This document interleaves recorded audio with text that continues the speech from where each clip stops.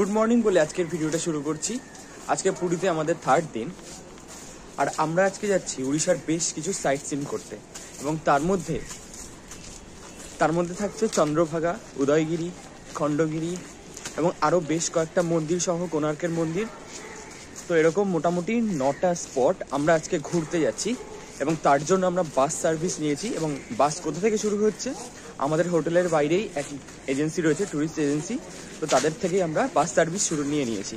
এবং আমাদের মোটামুটি এসি বাস বুক করেছি। বাস ফেয়ার পড়েছে 350 টাকা পার হেড, এবং সেটা থামে হচ্ছে বিএনআর হোটেলের সামনে থেকে। এবং আমাদেরকে তার জন্য যে ম্যাজিক গাড়ি আছে সেখানে 20 টাকা ভাড়া, সেখান থেকে আমরা বিএনআর হোটেলের সামনে যাব, সেটাও এই এজেন্সির সামনেই। চলো দেখাচ্ছি।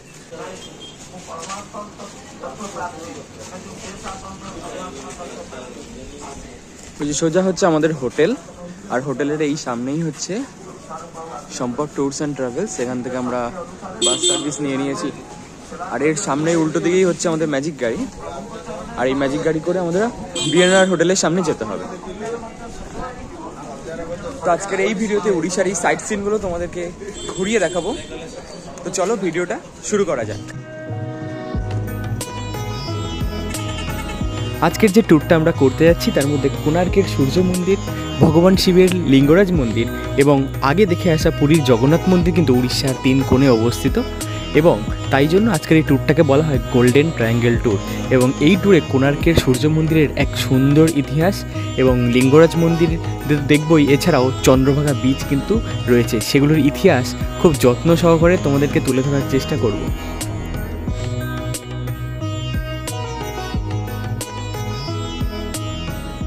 এসে গেছি মোটামুটি বিএনআর হোটেলের কাছে। এখন আশেপাশে দেখো এখানে প্রচুর বাস রয়েছে।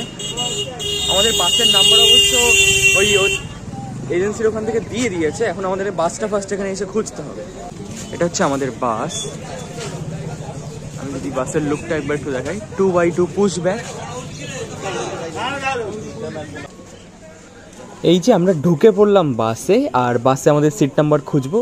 একদম নতুন ঝকঝকে বাস, দেখো সিটের প্লাস্টিকও এখনও খোলেনি, একদম নতুন বাস।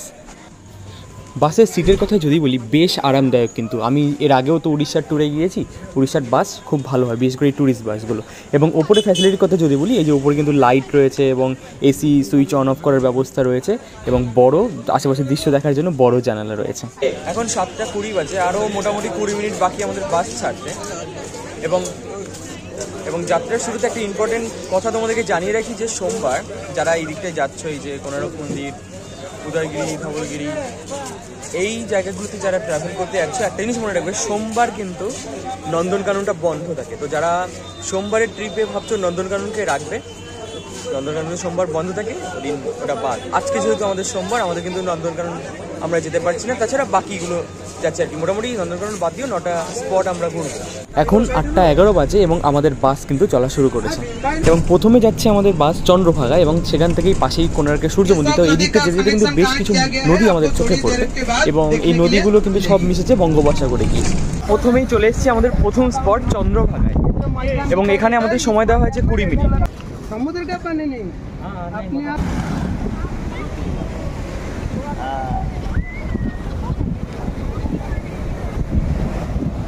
এই হচ্ছে সেই চন্দ্রভাগা বিচ, এবং এর পাশেই রয়েছে চন্দ্রভাগা রিভার, যেখানে শ্রীকৃষ্ণের পুত্র শাম্ব, যে কিনা 12 বছর স্নান করে, এবং এখানের যে চন্দ্রভাগার নদী সেখানে স্নান করে এবং সূর্যদেবকে পূজা করে সেখানে সে চন্দ্রভাগার কুষ্ঠরোগ থেকে মুক্তি পেয়েছিল।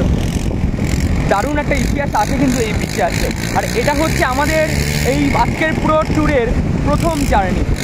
আমার এই যে পিছনের জায়গাটা দেখছো, এখান থেকে আরেকটু সামনে গেলেই ওই চন্দ্রভাগা নদীটা পড়বে, এবং যে নদীতে মোটামুটি বছরের একটি মাত্র দিনে, অর্থাৎ সেটা হলো মাঘ মাসের শুক্লা পক্ষের 7ম তিথিতে, প্রথমে ষষ্ঠী দিয়ে, সরস্বতী পুজো যেহেতু 5ম তিথি, তারপর ষষ্ঠী তিথিতে রাতে পূজা করা হয়।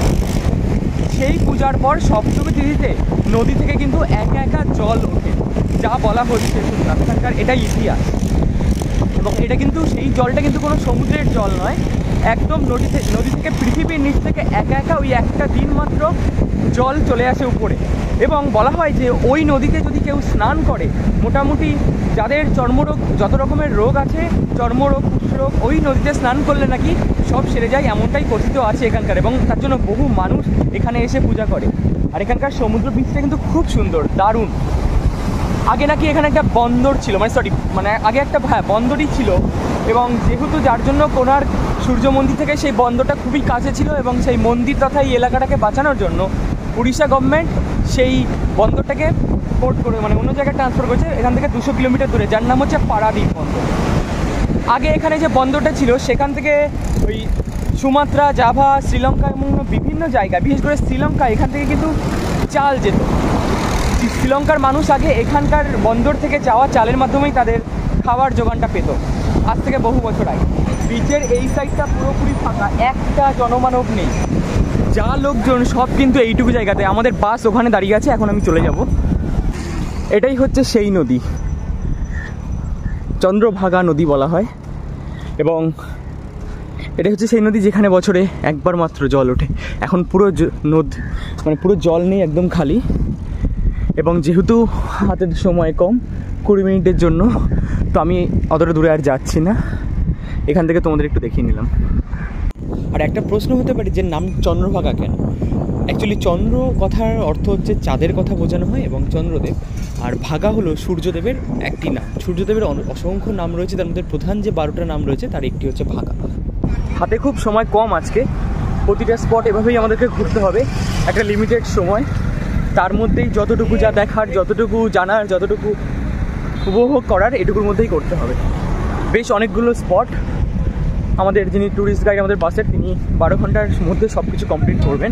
এর পরের স্পট হচ্ছে আমাদের কোণার্ক টেম্পল, ওখানে একটু বেশি সময়, 1.5 ঘন্টা বলবেন। এবার দেখা যায়। আমাদের বাসে আমরা যতজন রয়েছি, আমাদের নাম রাখা হয়েছে হ্যাপি গ্রুপ। তো আমরা এই হ্যাপি গ্রুপ এখন যাচ্ছি কোণার্ক টেম্পলের দিকে, যেটা চন্দ্রভাগা থেকে বেশি দূরে কিন্তু নয়, সামান্য কিছুক্ষণ বাসটা ঘুরলো। জাস্ট বলি, এখান থেকে আমাদের খানিকটা হেঁটে যেতে হবে। এখান থেকে অবশ্য দেখা যাচ্ছে ওই যে, এবং রোদ্রের যা তাপ উঠছে না এখানে, ভালো গরম। আর এখানে বিভিন্ন দোকান পিছনে দেখতে পাচ্ছি, যত সম্ভব এগুলো নির্দিষ্ট কোনো অকেশনে কিন্তু দোকানগুলো বসে যত সম্ভব। এখন বন্ধ হয়েছে, কিছুই নেই, মাছরা অবস্থা। এই দিকটা অর্থাৎ মন্দিরের মেইন গেটের সামনে কিন্তু বেশ কিছু দোকান, খাবারের দোকান রয়েছে। এখন আমরা প্রবেশ করলাম কোণার্কের সান টেম্পলে। এদিকে হচ্ছে টিকিট কাউন্টার, এবং এখানে যত সম্ভব টিকিট হচ্ছে 50 টাকা পার হেড।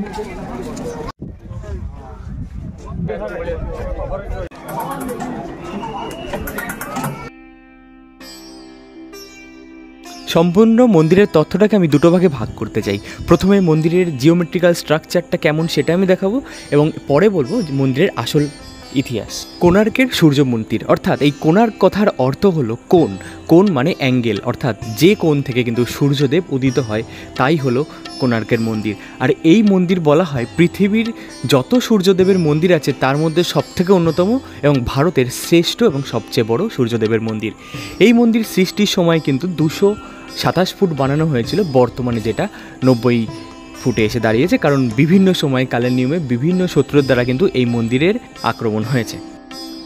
এখানে প্রথমেই মন্দিরের প্রবেশদ্বারের সামনে আমরা যদি দাঁড়াই, এখানে দেখতে পাবো কিন্তু গেটের দুপাশে প্রথমে রয়েছে হাতি, এবং হাতির উপরে সিংহ। অর্থাৎ এর দ্বারা, এই প্রতীক দ্বারা এই বোঝানো হয় যে হাতি হচ্ছে ধন দৌলতের প্রতীক, আর সিংহ হচ্ছে দেবতার শক্তির প্রতীক। এবং তখনকার দিনে প্রচলিত ছিল, বা এখনও যেটা বলা হয়, যে মন্দিরে প্রবেশের আগে সমস্ত অহংকার ইত্যাদি, মোহ ইত্যাদি সমস্ত বাইরে রেখে তবে মন্দিরে প্রবেশ করতে হয়। দেবতা এটাই চায় মন্দিরে, নইলে কিন্তু দেবতার দ্বারা এই আমাদের অহংকার ইত্যাদির বিনাশ হয়। এবং সেই প্রতীকরূপেই কিন্তু আমরা দেখতে পাচ্ছি হাতি এবং সিংহের প্রতিমূর্তি। এবার তোমরা যদি একটু মন্দিরটার দিকে তাকাও, দেখতে পাবে মন্দিরটা কিন্তু আসলে একটা রথের আদলে তৈরি, যেটা বলা হয় সূর্যদেবের রথ। এবং সেটা সূর্যের 7টি রঙের কথাই বলো, বা আমাদের যে সপ্তাহের যে 7টি করে বার থাকে তাই বলো, এবং এই 7টি বার বা সূর্যের 7টি রং, তার প্রতীক বলা হয় কিন্তু এই রথের 7টি ঘোড়া।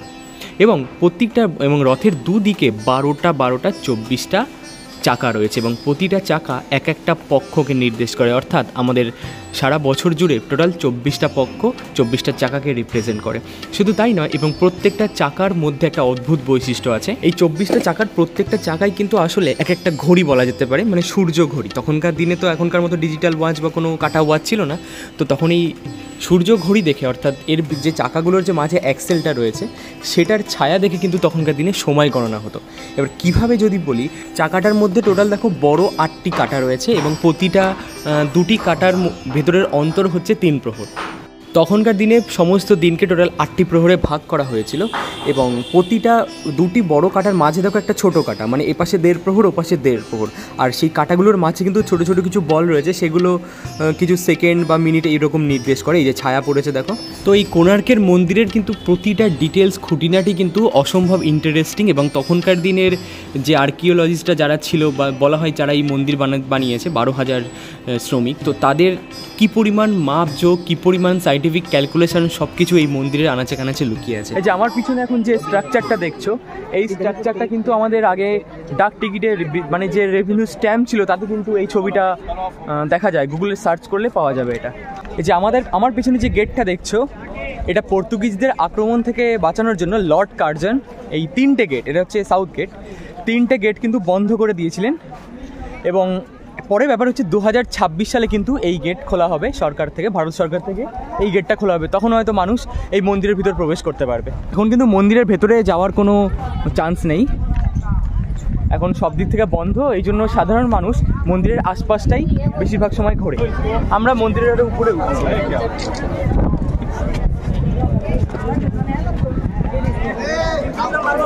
অনেকটা উপরে উঠে গেছে, এখান থেকে অনেকটা দেখা যাচ্ছে। এই মন্দির প্রতিষ্ঠা হয় 1238 সালে, অর্থাৎ 1238 সালে কিন্তু মন্দিরটা প্রতিষ্ঠা শুরু হয় কাঙ্গ্য বংশের নরসিংহদেব দ্বারা। তিনি এই মন্দিরের স্থাপনা শুরু করেন এবং এই মন্দিরের সবচেয়ে বড় বৈশিষ্ট্য হলো 12 বছর ধরে 1200 শ্রমিক দ্বারা কিন্তু এই মন্দির প্রতিষ্ঠা করা হয়েছিল। এবং নরসিংহদেবের শর্ত ছিল যে এই মন্দির যদি 1200 শ্রমিক এবং 12 বছরের মধ্যে প্রতিষ্ঠা না হয় তাহলে কিন্তু সমস্ত শ্রমিকদের মুণ্ডচ্ছেদ করে দেওয়া হবে, এমনটাই তার আদেশ ছিল। এবং সেই অনুযায়ী কিন্তু এই মন্দির স্থাপনা হয় 12 বছরে। মন্দির তো প্রায় কমপ্লিট হয়ে যায়, কিন্তু মন্দিরের ওপরে 5200 টনের ম্যাগনেটটা কিন্তু 1200 শ্রমিক কেউই তুলতে পারে না। যতবার তোলার চেষ্টা করে ততবারই ব্যর্থ। শেষে যে প্রধান শ্রমিক ছিল তার 12 বছরের ছেলে এখানে এসে মন্দিরে ম্যাগনেট তুলতে সাহায্য করে তার বিদ্যা দিয়ে। কিন্তু এদিকে সমস্যা হলো, রাজার আদেশ ছিল 12,000-এর বেশি শ্রমিক হলে সকলের মুণ্ডচ্ছেদ করবে। তো এই শুনে 12 বছরের ছেলেটি মন্দিরের উপরে উঠে 1200 শ্রমিককে বাঁচানোর জন্য ঝাঁপ দেয়, তাতে মন্দির হয়ে যায় অপবিত্র। কিন্তু সে ঘটনার কথা রাজার কানে তোলা হয় না, নির্দিষ্ট দিনে পুজো শুরু হয়। কিন্তু পরবর্তীতে বিভিন্ন কারণে মন্দিরের পুজো বন্ধ হয়, যার কারণে সূর্যদেবের মূর্তি নিয়ে যাওয়া হয় পুরীর মন্দিরে, যেটা আছে মা লক্ষ্মীর মন্দিরের সামনে। আর সবচেয়ে বড় অবাক করার বিষয় হলো এই ম্যাগনেটের আকর্ষণ বিকর্ষণে এবং সকালের প্রথম সূর্যের আলো পড়লে সূর্যমূর্তি সেই সময় কিছুক্ষণের জন্য বাতাসে ভেসে উঠত এবং মাথায় বসানো হিরে জ্বলে উঠত। কিন্তু মন্দির স্থাপনার প্রায় 200 বছর পরে এই মন্দির ভগ্ন হয়েছিল বিভিন্ন পর্তুগিজদের দ্বারা, যারা এই মন্দিরের মানে এই সমুদ্রের মধ্যে থেকে জাহাজ নিয়ে ব্যবসা বাণিজ্য করতে বিভিন্ন কলকাতা বন্দর এবং অন্যান্য বন্দরে আসতো।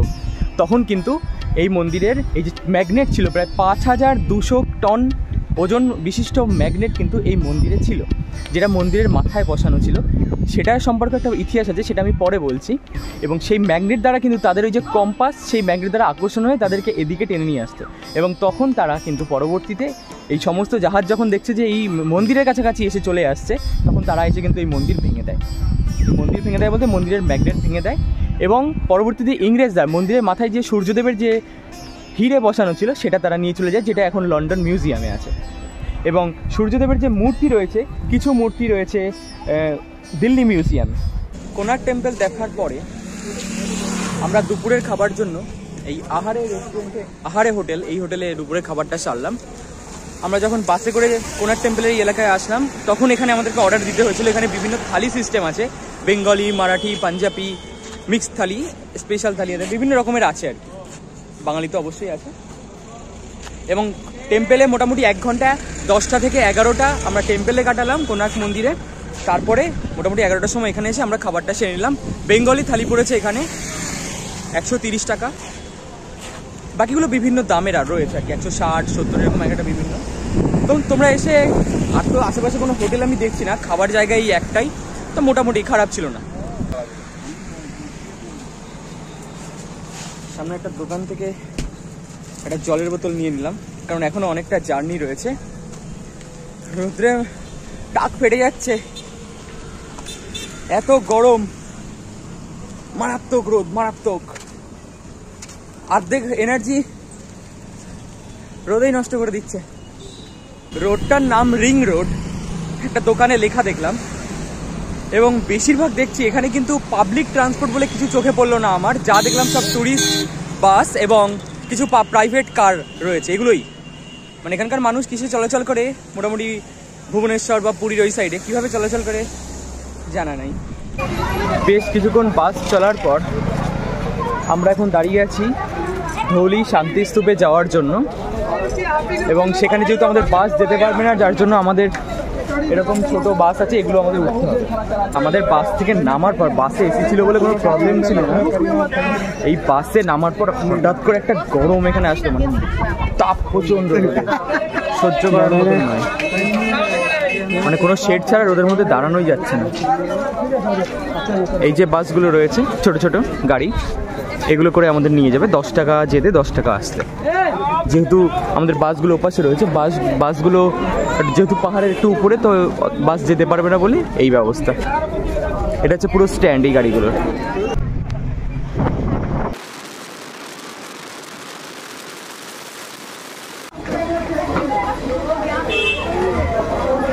মিনিট 5 ওই ছোট গাড়িগুলোতে চলার পর আমরা একটু উপরে হেঁটে যাচ্ছি, একটু সিঁড়ি দিয়ে আমাদের উপরে যেতে হবে।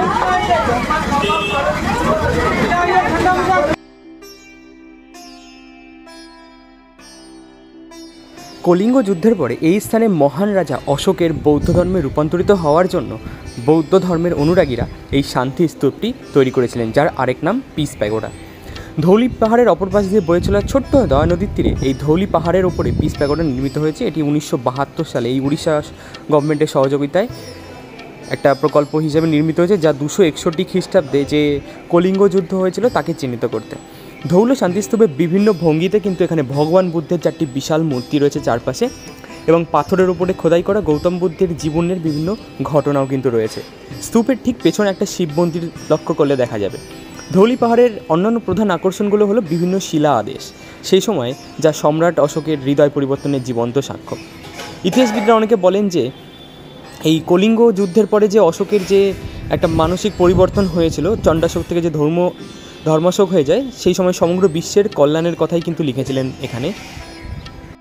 এখান থেকে পুরো এই কলিঙ্গ বলে যে জায়গাটা, এখানকার প্রাচীন নাম ছিল কলিঙ্গ। এখান থেকে ব্যাকগ্রাউন্ডটা দারুণ, অসাধারণ, পুরো উপরটা যেহেতু পাহাড়ের অনেকটা উপরে, যার জন্য কিন্তু দারুণ একটা ভিউ এখান থেকে রয়েছে। তো যেটা বলছিলাম, প্রাচীনকালে এই জায়গাটার নাম ছিল কলিঙ্গ, আর অশোক এখানে এই যে কলিঙ্গ জায়গাটা, এই জায়গাটাকে সে দখল করার জন্য এখানেই হয়েছিল অশোকের কলিঙ্গ যুদ্ধ। উড়িষ্যার প্রাচীন নাম ছিল কলিঙ্গ। আর সেই যুদ্ধের পরই অশোক চণ্ডাশোক থেকে ধর্মাশোক হয়ে যায়, তার উদ্দেশ্যে এই ধৌলির শান্তিস্তূপটা প্রতিষ্ঠা হয়। এই হচ্ছে সেই নদী সামনে যেটা দেখা যাচ্ছে, এখানেই কিন্তু সেই রক্তগঙ্গা বয়ে গেছিলো যখন অশোকের কলিঙ্গ যুদ্ধ হয়েছিল, এবং সেই রক্তগঙ্গা এবং এই কলিঙ্গের অবস্থা দেখে কিন্তু অশোকের মনের পরিবর্তন হয়।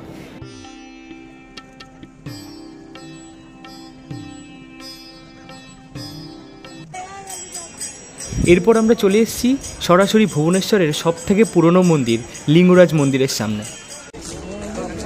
এখানে জুতো, মোবাইল ইত্যাদি রাখতে হবে মন্দিরের ভিতরে ঢুকতে গেলে, যেহেতু মন্দিরের ভিতরে জুতো এবং মোবাইল কিচ্ছু অ্যালাউ নয়,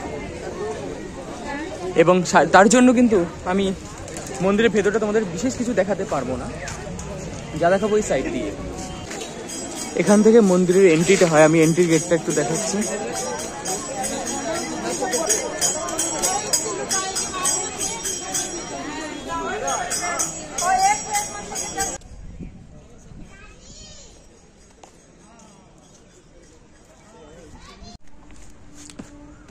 উপরে আমাদের যে বাসের গাইড, তিনি একটা উপরে, যেহেতু মন্দিরের ভিতরে ক্যামেরা অ্যালাউ নয়, একটা জায়গায় যেতে বললেন, এখান থেকে উপরে পুরো মন্দিরের ভিউটা নেওয়া যায়।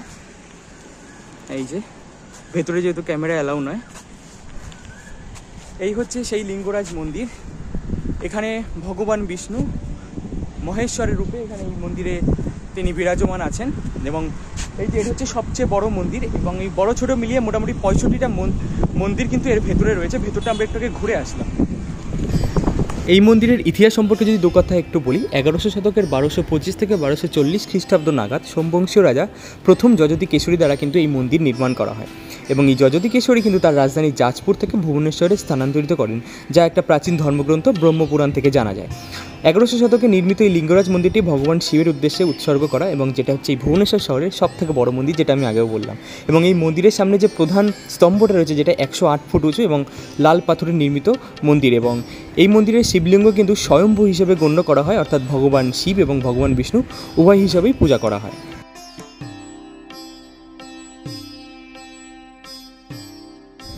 এরপরে আমাদের সর্বশেষ ডেস্টিনেশন হচ্ছে উদয়গিরি খণ্ডগিরি, যার মধ্যে সময়ের স্বল্পতার জন্য আমরা শুধু উদয়গিরিটাই যাব। বাস যেখানে দাঁড়িয়েছে সেখান থেকে খানিকটা হেঁটে আমাদের এদিকে আসতে হচ্ছে, এবং মোটামুটি এসে গেছি গেটের কাছে।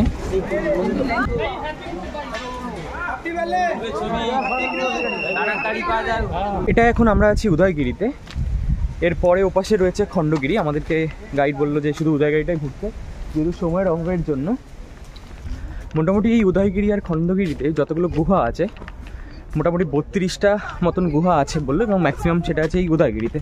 খণ্ডগিরিতে মন্দির, এবং এই মন্দিরগুলোতে আগে প্রাচীনকালে জৈনরা কী করতো? পুজো করতো।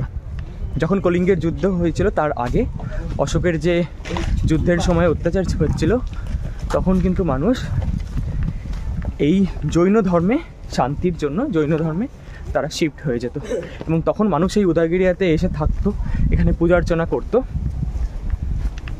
এবং এখান থেকে কিন্তু পুরো ভুবনেশ্বর, তখনকার নাম যে কলিঙ্গ জায়গাটা পুরো ভালোভাবে দেখা যায়। এদিকটা পুরো জঙ্গল। জৈনরা আগে এখানে এই গুহাগুলোতে পূজা অর্চনা করতো, কিন্তু এখন কিন্তু এই উদয়গিরি খণ্ডগিরি কোনোটা তো কোনো জৈন সাধকরা নেই, তারা সবাই হিমালয়ে চলে গেছেন।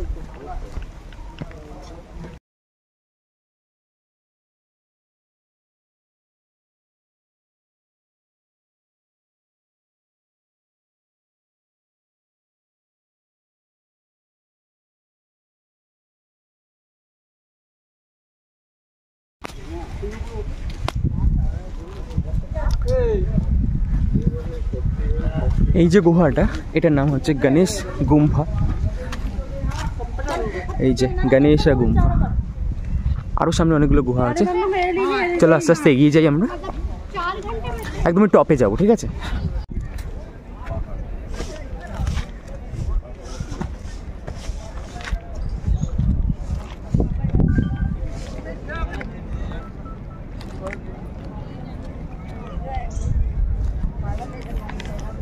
একদম টপে চলে এসেছি। ওইটা হচ্ছে খণ্ডগিরি, এখান থেকে পুরোটা দেখা যায়। আর ভুবনেশ্বর শহরটাকে উপর থেকে দারুণ লাগছে।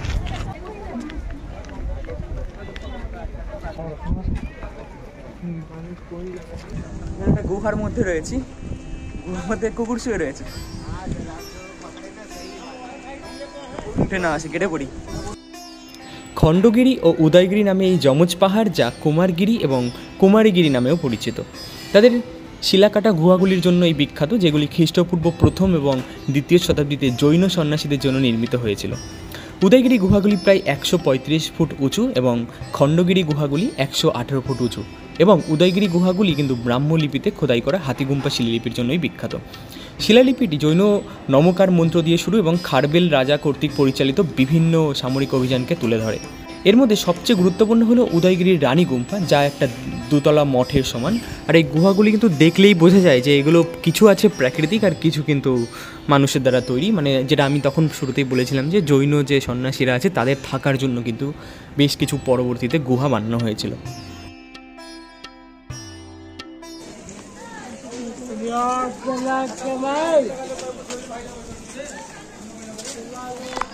এই এখানে রাস্তায় কিন্তু প্রচুর হনুমান, এখানে আসলে তোমরা দেখতে পাবে।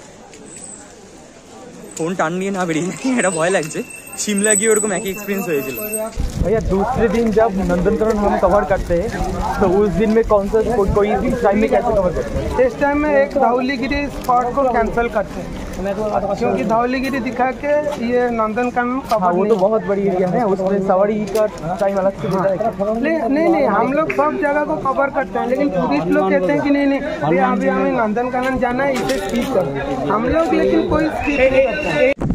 মেইন শহরটা এখান থেকে অনেকটা নিচে, আমরা কিন্তু আমার পেছনটা দেখলে বুঝতে পারি আমরা কিন্তু অনেকটা উপরের দিকে গিয়েছিলাম, সেখান থেকে সিঁড়ি দিয়ে উঠে। যাই হোক এখন আমরা বাসের দিকেই যাচ্ছি। এখান থেকে মোটামুটি পুরী যেতে গেলে 2 ঘন্টার বেশি লাগবে, সন্ধে হয়ে যাবে। আপাতত আজকের জার্নি এখানেই শেষ। যে কটা স্পট ঘুরলাম এর মাঝে আরেকটা কথা, এর মাঝে যে সিদ্ধেশ্বরী টেম্পল আর মুকুটেশ্বরী টেম্পলগুলো ছিল ওগুলো রাস্তা পথে মানে রাস্তার বাম দিকে আমরা দেখতে পেয়েছিলাম, কিন্তু সেখানে আর দাঁড়াইনি, কিন্তু স্পটে লেখা ছিল। যাই হোক, তো বাস আমাদের নামিয়েছিল পুরী স্টেশনের একটু সামনে মানে সমুদ্রের কাছাকাছি। তো নর্মালি যে কোনো বাস যারগুলো পিএনআর হোটেলের সামনে থেকে ছাড়ে সেগুলো তোমাকে হয় ওই পিএনআর হোটেলের ওখানেই বা তার সামনে মানে সমুদ্রের কাছাকাছি যেখান থেকে তোমরা স্বর্গদ্বার আসার অটো পাবে সেরকম জায়গায় বাসের গাইড তোমাকে নামিয়ে দেবে। তো যাই হোক, এই ভিডিওতে যে যে জায়গাগুলো আমি ঘুরলাম তোমাদের কেমন লাগলো সেগুলো অবশ্যই আমাকে জানাবে। এবং হ্যাঁ অবশ্যই খণ্ডগিরি এবং নন্দনকাননটা এবছর মিস হলো, পরের বার যখন আসবো দেখা যাবে, তার জন্য হয়তো ভুবনেশ্বর থাকতে পারি। যাই হোক, কোনো প্রশ্ন থাকলে আমাকে কমেন্ট বক্সে জানাতে পারো। আর বাস সার্ভিসের কথা যদি বলি, বাস সার্ভিস খুবই ভালো ছিল এবং বাস খুবই ভালো ছিল। এবং হ্যাঁ এটা ঠিক যে একটু টাইম ম্যানেজ করিয়েছে এবং পুরীতে আস্তে আস্তে আমাদের বেরিয়েছিল 7:30।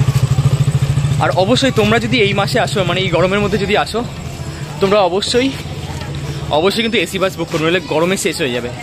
আমরা ভাগ্যিস এসি বাস নিয়েছিলাম, নর্মাল বাস নিতাম, নর্মাল বাস 280 টাকা, এসি বাস 350। তো যদি নর্মাল না নাও কিন্তু খুব প্রবলেম হয়ে যাবে। আপাতত এই ভিডিওটা এখানেই শেষ করছি, দেখা হচ্ছে পরের ভিডিওতে। ততক্ষণে সুস্থ থেকো, ভালো থেকো।